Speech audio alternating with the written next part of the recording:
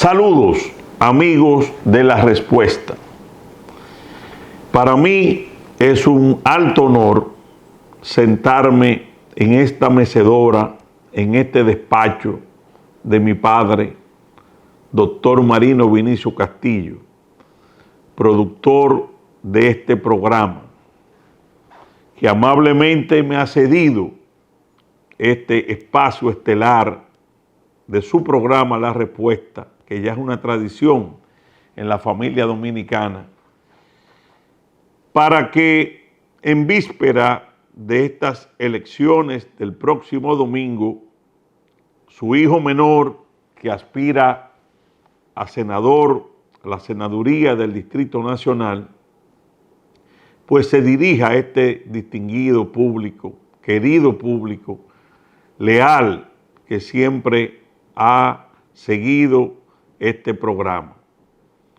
Este programa ha sido a lo largo del tiempo, desde el año 1986, un faro para la nación, un faro de orientación. Mi padre, el doctor Castillo, desde aquel entonces hasta ahora, con la gracia de Dios, cada domingo ha venido a este espacio con el norte de informar, de orientar al país y de exponer lo que son sus posiciones siempre en favor de esta nación.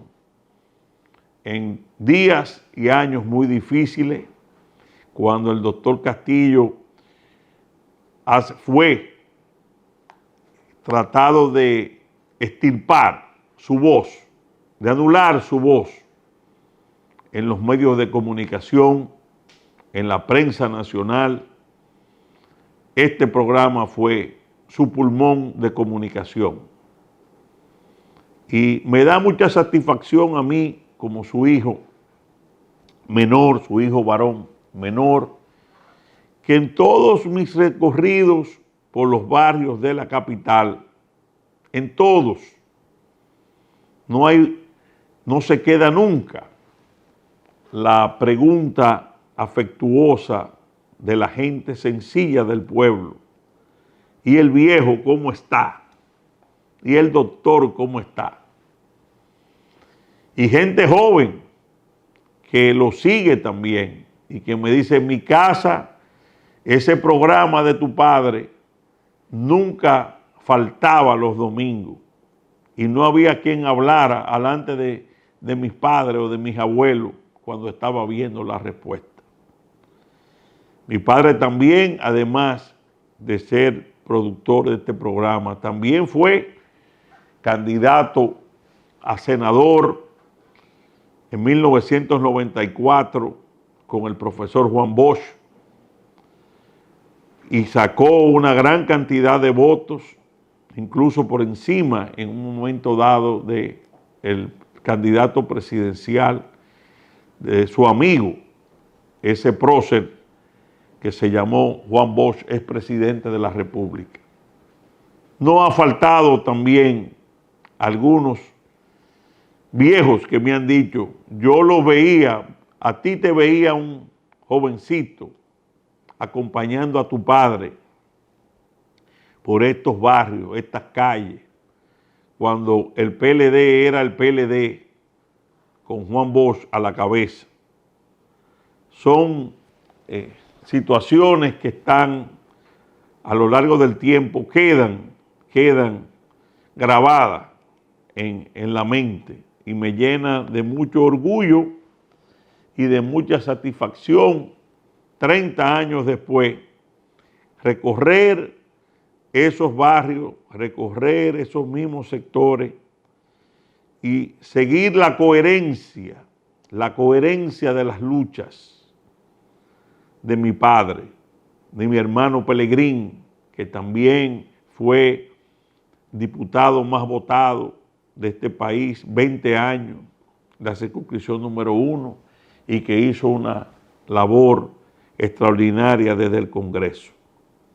Me toca a mí, que también fui diputado 2 años en sustitución de Pelegrín, en ocasión de que él pasara al Ministerio de Energía y Minas. Me toca a mí de nuevo ser candidato, orientado siempre con mi norte claro de que el país necesita opciones que lo defiendan, opciones que no titubeen al momento de las definiciones, en un momento donde nuestro país, hoy más que ayer, está seriamente amenazado desde el exterior por la ONU y potencias extranjeras, cuando Haití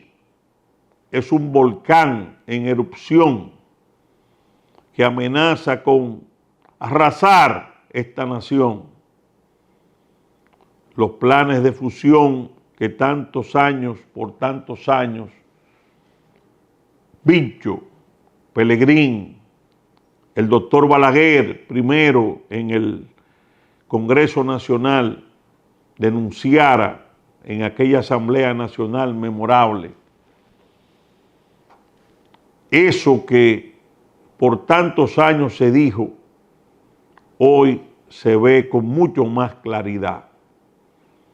A mi padre le pasó, como a todos los visionarios que ven después de la curva, que alertó, vio los peligros.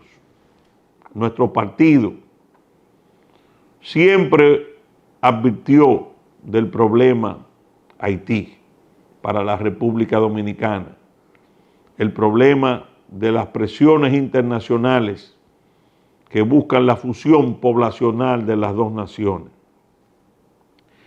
No poca gente nos acusó de fabular. Los vinchos están fabulando con el tema del peligro haitiano. Ellos están viendo fantasmas para buscar provechos políticos. Ese problema es inexistente.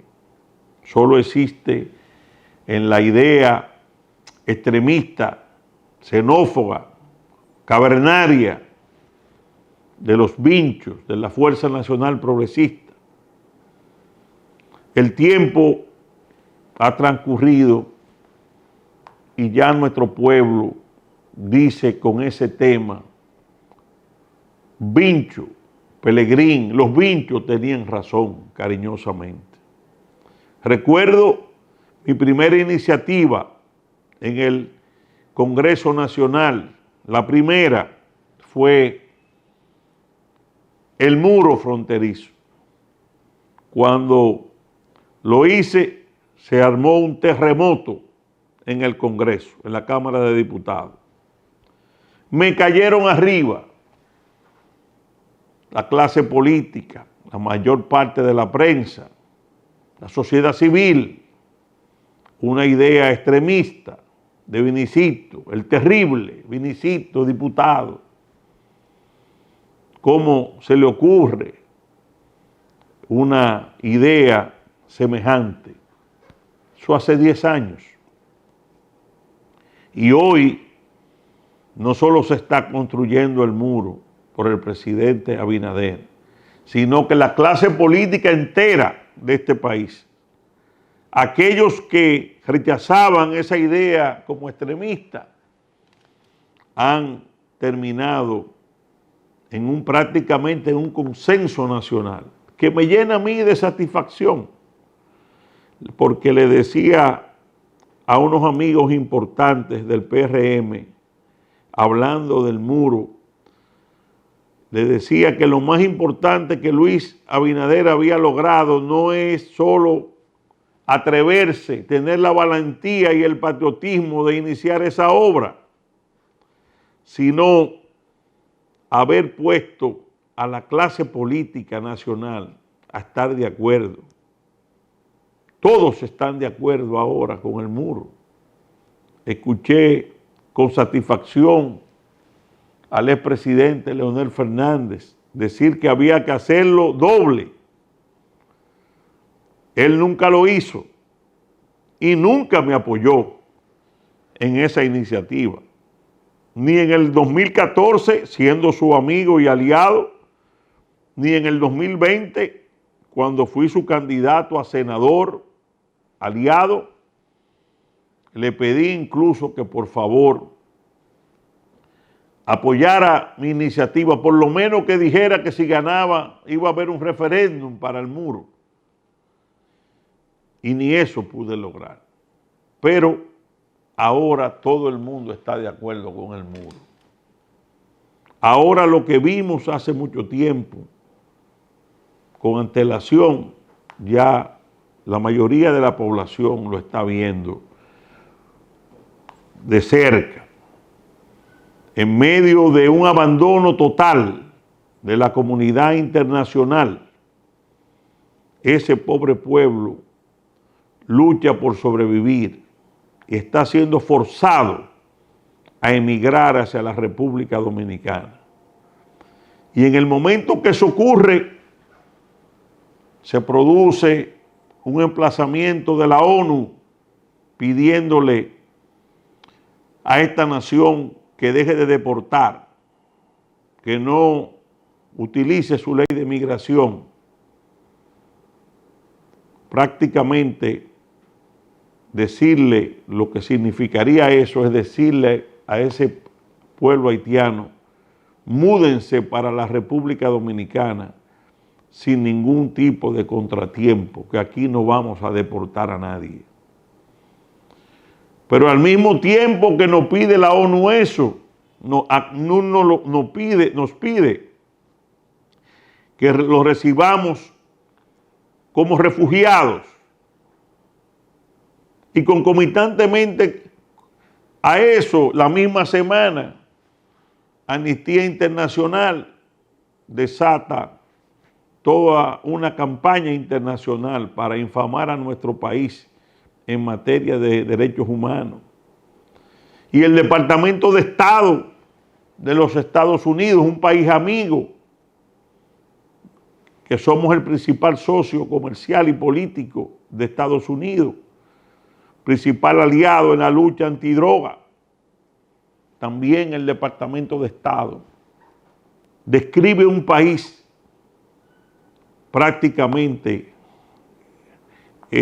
desconocido para todo el que vive aquí. El que lee eso dice: pero esa no es República Dominicana, que aquí se está persiguiendo, que aquí se está ejecutando, que aquí se están persiguiendo por colores de piel, toda una barbaridad para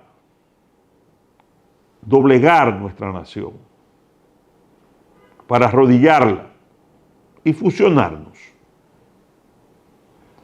Dentro de toda esa situación histórica sin precedentes es que nos toca aspirar a la senaduría del Distrito Nacional. Y dentro de esa coyuntura histórica es que apoyo al presidente Luis Abinader, un joven presidente, primer presidente de mi generación, que ha demostrado valor y patriotismo, porque resistir esas presiones, decirle no a la petición de campos de refugiados, decirle no al pacto por las migraciones, decirle no a la ONU en su petición de no deportar, hacer el muro, invertir en la frontera, modernizando los controles militares, las armas y la tecnología, es una muestra clara de su voluntad política de defender esta nación. Aparte de que el muro, como ya he dicho, aunque lo está haciendo él, fue una iniciativa del diputado Vinicio Castillo. Y esa defensa del país que él ha hecho, evidentemente nos llama a cerrar filas en esta coyuntura. Porque sé que las presiones que él recibe, las públicas y las privadas o las que no se publican, van a intensificarse. Porque estoy claro de que ese volcán no se va a apaciguar con la llegada de tropas de policías de Kenia. Un país que está fuertemente armado, con las bandas armadas hasta los dientes, con fusiles de alto calibre y todos los explosivos que pueda imaginarse que están en Haití. No es verdad que el crimen organizado, que es el verdadero poder en Haití, le va a entregar voluntariamente esas armas a las tropas de la policía de Kenia. Esas bandas van a enfrentar militarmente esa intervención y ustedes verán a los pandilleros enarbolando patriotismo haitiano, defensa de la soberanía haitiana. Ahí ese conflicto se va a agravar. Por lo tanto, los peligros de nuestra nación se van a agravar también. Y por eso creemos humildemente de que si somos electos el próximo domingo por la capital, por el pueblo de la capital, para la senaduría del distrito, y Priyanka Rodríguez, nuestra candidata a diputada, magnífica, igualmente con una resiedumbre en la defensa del país en todas estas posiciones, el pueblo dominicano puede estar seguro de que vamos a defender esta nación, que es nuestro principal móvil en esta lucha política. De hecho, ya al final de la campaña me siento satisfecho porque los temas fundamentales de Haití y el problema que significa han sido en los últimos meses eje de esta campaña. La última encuesta de Greenberg, una de las más prestigiosas, Greenberg Diario Libre, estableció que el 65% de los votantes consideran el peligro de Haití como un elemento fundamental en este momento. Es decir que no hemos arado en el desierto, a pesar de estar peleando electoralmente desde una posición desventajosa en cuanto a que no tenemos el respaldo de partidos mayoritarios, porque vamos con el Partido Reformista, que es un partido de gran tradición histórica que nos une durante mucho tiempo en estas mismas luchas por la patria. Pero evidentemente no es el partido o pertenece a los partidos mayoritarios, de los bloques mayoritarios del gobierno y de la oposición. Pero a pesar de eso, nuestro discurso ha calado. Nuestro discurso ha calado en muchos sectores, y no solo sectores de clase media alta, gente pensante, sino lo que más satisfacción me da cuando voy a esos barrios populares. La gente se me acerca y me dice: doctor, sigue esa lucha. Doctor, desde el Senado usted va a poder hacer mucho más por este país. El muro, eso está en la gente sencilla del pueblo. Porque esa fibra patriótica está en nuestro pueblo. Obviamente, las élites económicas, oligárquicas, han querido siempre tenerla adormecida, anestesiado este tema. Pero hemos logrado que el tema Haití esté hoy en primer plano. Tema de la defensa de la soberanía. Y en gran modo, el presidente de la República va a arrasar el próximo domingo porque el pueblo ha visto su determinación de defender la patria, porque él ha abrazado el discurso nacional.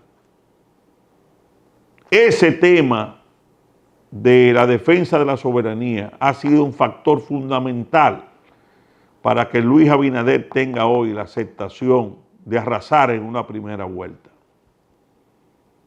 Con la ventaja para él de que sus adversarios, en este caso su adversario principal, el doctor Leonel Fernández, en el momento en que el conflicto se agrió más, tristemente lo que hizo fue hacer causa común con Haití y irse para Washington a decir que Luis Abinader estaba abusando con el ejército del pueblo haitiano, que había enviado tropas a la frontera para amedrentar al pobre pueblo haitiano.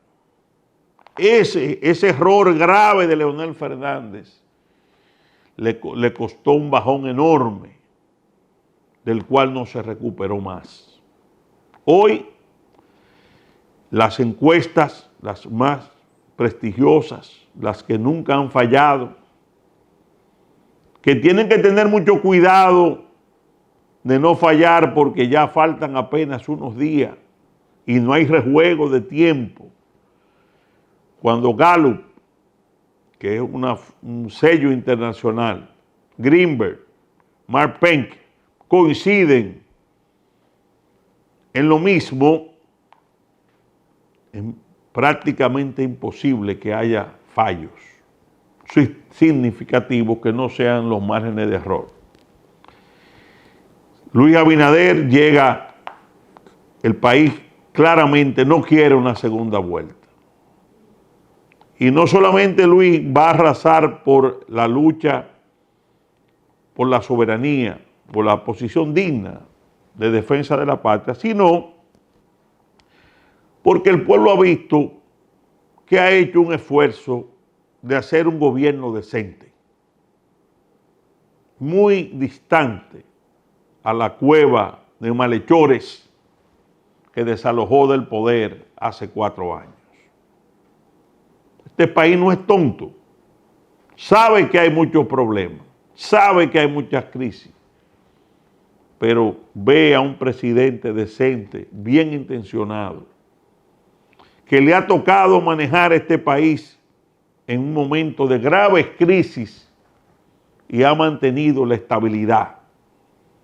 Ha mantenido la estabilidad económica y social, estabilidad del dólar, gobierno decente, lucha por la soberanía o defensa de la soberanía en los temas cruciales y tristemente una oposición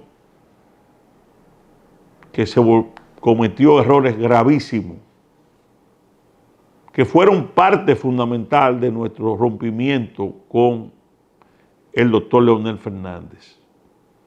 A mí se me quiso destruir durante meses, a mí y a mi familia y a mi partido, por el pecado de decirle al doctor Leonel Fernández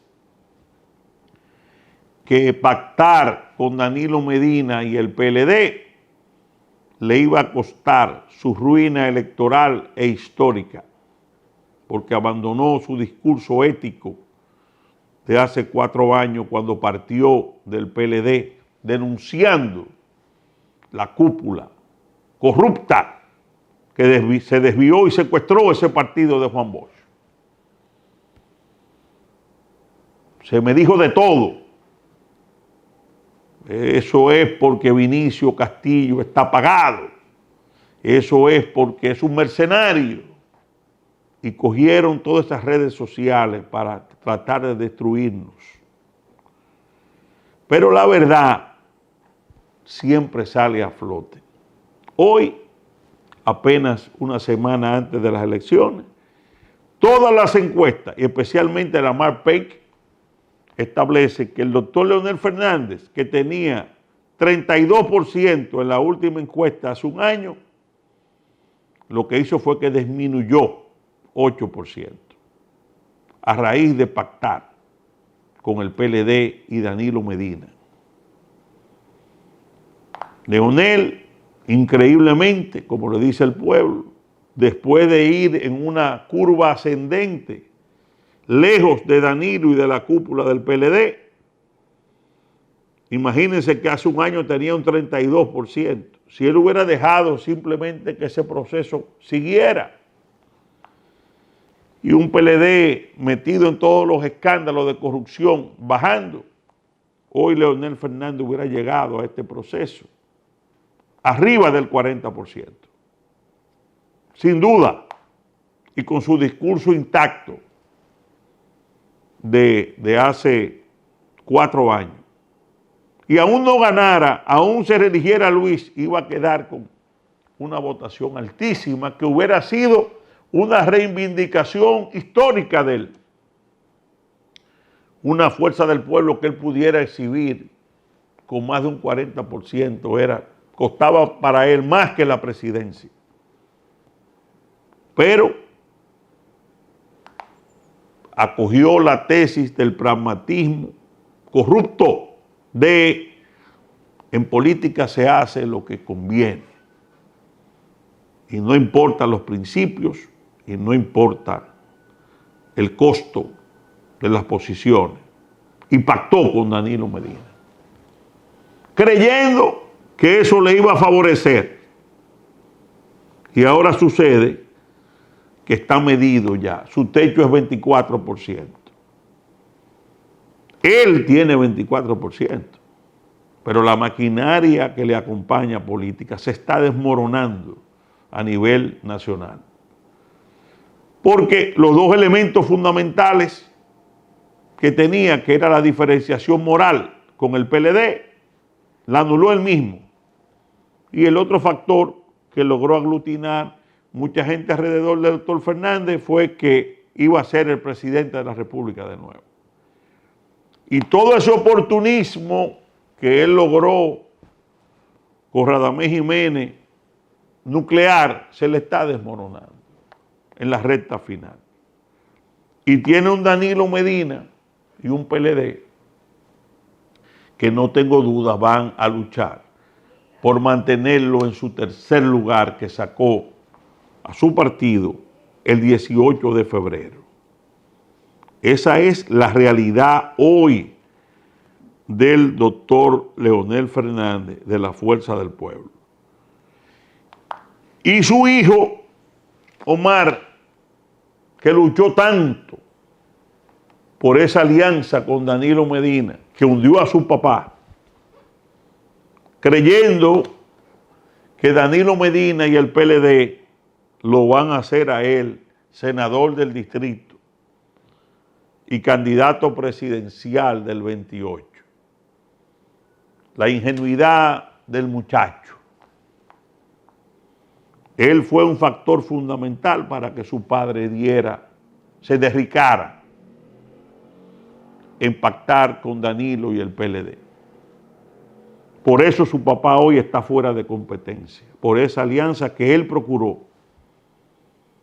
Y ahora sucede que Leonel está descartado y el mismo Omar está descartado, a mi juicio.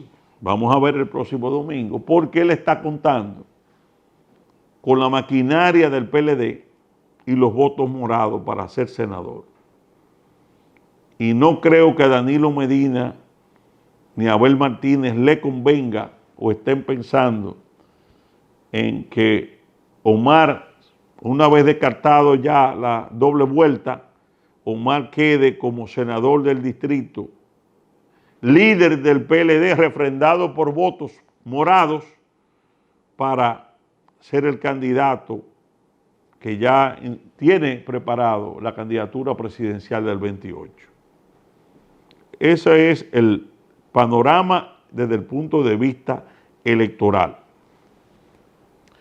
Ahora bien, quiero abordar un tema que sucedió este fin de semana, esta semana, que me atañe mucho a mí. Porque la Iglesia Católica, como siempre lo hace, cada vez que hay un proceso electoral, organiza encuentros con los candidatos que tienen compromiso con la vida y el respeto de la Constitución contra las tres causales, las famosas tres causales. Y este año, increíblemente, a nivel informativo, 5 o 6 medios de comunicación vinieron con la noticia falsa de que la Iglesia Católica había mandado a votar por Omar Fernández. Una cosa, una campaña bestial de desinformación, donde él aparecía como el único candidato a senador del distrito que la Iglesia ponderó para estos fines de defensa de la vida. Cuando de lo que se trató fue de una falsificación del documento real de la Iglesia, que contenía el nombre igual en el mismo plano que Omar, de Vinicio Castillo, candidato a senador por el Partido Reformista y la Fuerza Nacional Progresista. Ese corillo mediático, esos guardaespaldas mediáticos de Omar, algunos de ellos amigos míos también, desde el punto de vista personal, gente que vive hablando de la veracidad de la información. Mi amigo Percio Maldonado, de la CIP, director de Nuevo Diario. Mi amigo Monegro, amigo, que gente que yo le tengo cariño y afecto, trajeron esas informaciones que yo al principio entendí, bueno, deben haberlo sorprendido. Y los medios, cualquier medio puede recibir una información, creer que es cierta y publicarla. Pero cuando la Iglesia desmiente esa versión, se quedan callados y no dicen nada, tratando de manipular. Y eso le hace mucho daño a la libertad de prensa que ellos dicen defender y a la democracia dominicana. Porque lo cierto es que siempre, como he dicho, hay una tradición de que la Iglesia, eso lo hacía mi amigo Luis Rosario, director de la Pastoral Juvenil, que fue mi amigo y compañero de universidad 5 años, que murió recientemente, a quien yo le tenía un gran afecto. Y siempre en esos encuentros íbamos con mucho respeto, con adversarios, y nadie intentó manipular eso en beneficio personal. Incluso recuerdo la vez pasada fui con Rafael Paz, que ahora ha sido sacrificado en la Fuerza del Pueblo como candidato a diputado. Cuando era candidato a senador, estuvimos juntos y nadie vio a Rafael Paz ni a Vinicio Castillo tratar de manipular que la Iglesia no estaba apoyando específicamente. La Iglesia, como ya ella misma, sus voceros autorizados han dicho, se limita a presentar los candidatos que tienen ese compromiso. Pero no dicen, hay que votar por fulano de tal, o sutanejo de tal. Esa no es la labor de la Iglesia. Igualmente, no solamente la Iglesia Católica, la Iglesia Evangélica también nos ha presentado. Estuvimos hace unos días en la Iglesia Mahanaín de Ezequiel Molina, hijo, alante de 2000 de su feligresía. Y lo mismo, estos son los candidatos pro vida. No le decimos vote por uno o por el otro. Y en mi caso, contrario a Omar Fernández, yo no digo que tenga un compromiso solo con el tema pro vida y los valores cristianos. Yo tengo una historia de luchas probadas desde el Congreso con la Iglesia Católica y con las iglesias evangélicas. Porque sucede que en los 2 años que estuve en el Congreso, el presidente Danilo Medina, con todo el poder que tenía, se empecinó en aprobar el aborto en las 3 causales, en legalizarlo, con Gustavo Montal, que era el jefe ideológico de Danilo Medina. Y me tocó a mí, siendo amigo y aliado de Danilo en ese momento, tener el primer enfrentamiento serio que tuvimos, porque él se empecinó en hacerlo. Yo traté por todos los medios de convencerlo de que eso era una locura y eso violaba la Constitución, pero él se empecinó en hacerlo y estuvo a punto de lograrlo. Si yo no hubiera estado ahí, no me gusta hablar en primera persona, pero el padre Manuel Ruiz lo sabe y brevemente lo voy a comentar con ustedes.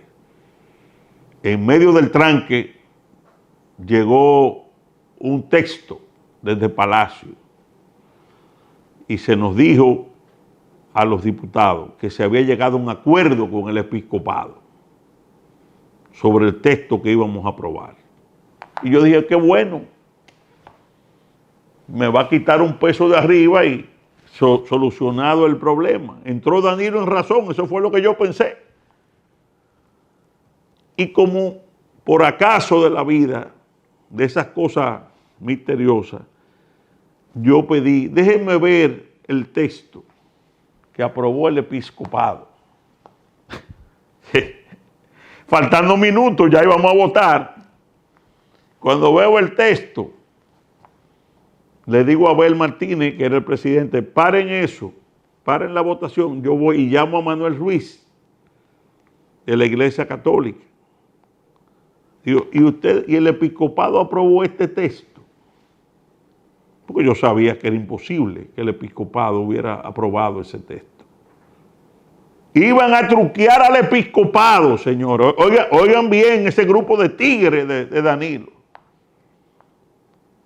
Al episcopado lo iban a truquear. Iba a parecer que había un consenso aprobado, todo el mundo feliz, con un texto que aprobaba las 3 causales. Eso lo paró, modestia aparte, Vinicio Castillo. Y reitero, eso nos trajo muchos encontronazos. El libro Hablemos de generación sexual que se quiso instalar en las escuelas dominicanas, lo paramos nosotros también. A mí me tocó hacer la denuncia.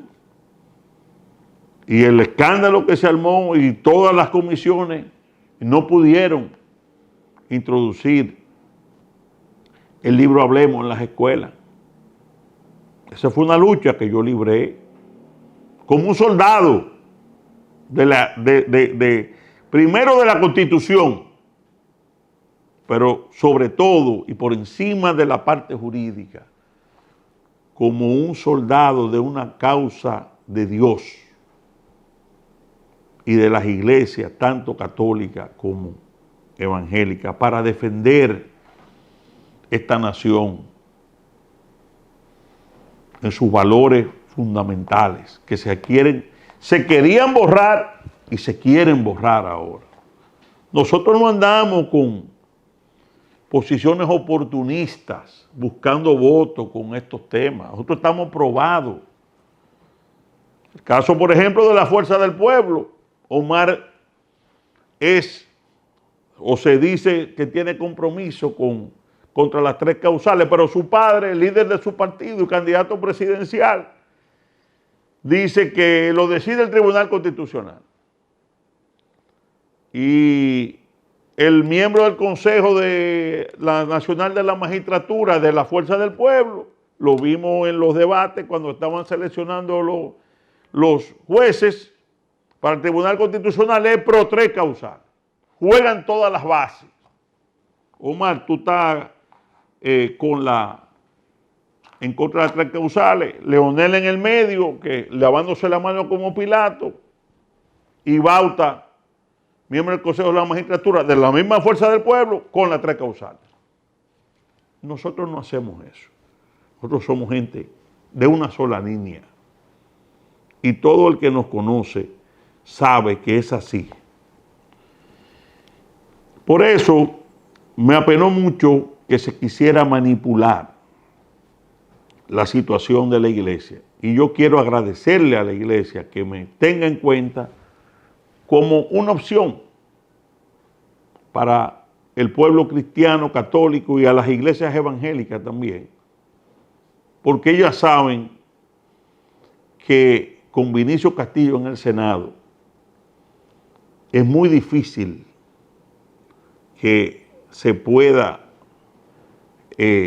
intentar de nuevo un zarpazo contra la Constitución de la República. Porque nosotros sí sabemos pelear en defensa de la Constitución y en defensa de los valores cristianos. No importa los intereses poderosos que estén detrás, que sabemos que son extranjeros también, no son solamente locales. Y yo quiero también, ya en esta parte del programa, hablar brevemente de mis propuestas. Ustedes saben ya en este último trecho de la campaña que mi norte es, mis objetivos fundamentales, defensa de la soberanía y defensa de los valores cristianos de vida y familia.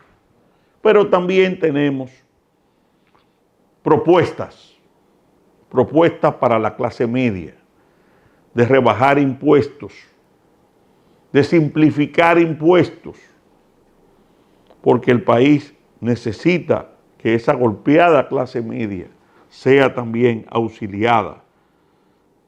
Los pequeños emprendedores, las pequeñas empresas, toda esa maraña de leyes impositivas y de todo tipo que hay que tener al día, prácticamente impiden que muchas empresas y muchos emprendedores puedan formalizarse. Tenemos propuestas como la creación del Ministerio de Familia para fusionar el Ministerio de Salud y de la Mujer y crear un Ministerio de Familia que tenga una orientación pro familia real, que es la base de esta sociedad. Estamos planteando la tasa cero para el Internet y el Internet gratis o libre acceso al Internet, que es un derecho humano universal ya en el mundo, para millones de pobres, de jóvenes pobres que están en nuestros barrios, desconectados de ese mundo de conocimiento y de tantas cosas que nosotros que podemos tener ese acceso, lo tenemos día a día y sin embargo ellos no lo pueden tener.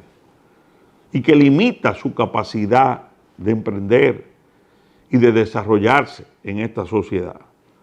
Yo creo que el Estado puede perfectamente, como lo están haciendo otros países, hacer un esfuerzo para llevar Internet gratis para la educación a esos barrios. Incluso ese presupuesto del 4%, yo creo que sería un elemento importante, dedicar recursos a eso, o bien orientado, que no se use el Internet para desviar a otros temas, pero temas fundamentales de educación pueden lograrse con eso. El abogado de oficio de las víctimas para la seguridad ciudadana es fundamental en los barrios de la capital, que es lo que la gente pobre me dice. doctor, cuando me atracan, yo ni voy a poner querella. ¿Pues para qué? Si yo no tengo dinero para darle seguimiento a los casos y el delincuente tiene un abogado pagado por el Estado y muy bueno, gratis, yo ni me molesto a ir a poner querella, porque los fiscales, cuando uno no le da seguimiento, a los 2 meses archivan los casos porque no apareció la víctima. Y yo solo, me dice la gente, sola, sin recursos para un abogado, ¿qué puedo hacer? Ese es parte del problema fundamental que tenemos. El tema del Código Procesal Penal, yo me he desgañitado durante 20 años. Parte fundamental del tema de seguridad ciudadana es modificar un código pro delincuente que tenemos, con hipergarantías que limita el trabajo de investigación y de aprehensión.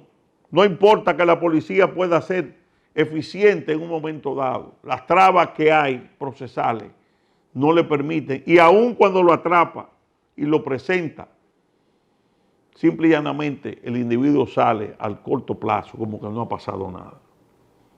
Y hay la cultura de que cuando usted sale bajo fianza ya usted no vuelve a juicio. No es como en Estados Unidos, que usted le dan una fianza y si no aparece en 24 horas usted está preso. No, aquí debe haber más de 50,000 gente declarada rebelde, porque simplemente le dan una coerción y se va. Y muchas veces reinciden y no pasa nada, porque el código es tan bueno para los delincuentes que el juez no puede tomar en cuenta que usted tenga 6 o 7 fichas, porque eso le afecta la presunción de inocencia. Una cosa, hay que trabajar sobre esos temas. Hay el tema del aborto. Es una vergüenza para este país que no tengamos código penal, 10 años, 15 años con un código penal, un proyecto consensuado en un 99% y no se ha podido aprobar. Porque un grupito de proaborto 3 causales con padrinazgo extranjero dice, si no me aprueban esto, no hay código penal. Si Vinicio Castillo es electo el próximo domingo, ustedes pueden estar seguros que voy a trabajar para que eso acabe. La ley de referéndum, otra vergüenza nacional, después de 14 años de aprobado el referéndum en la Constitución del 2010, todavía no hay una ley de referéndum que le da derecho al pueblo, a usted que me está viendo, a motorizar con firmas referéndum consultivo sobre temas fundamentales.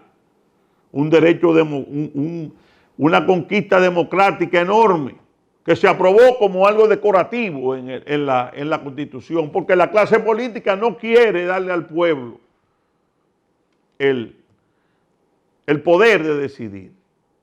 Las parturientas haitianas en la maternidad del 35%, el paritorio haitiano en República Dominicana será una prioridad de Vinicio Castillo si es electo el próximo domingo. Trabajar contra eso hay que acabarlo, porque ese es el mayor peligro de esta nación.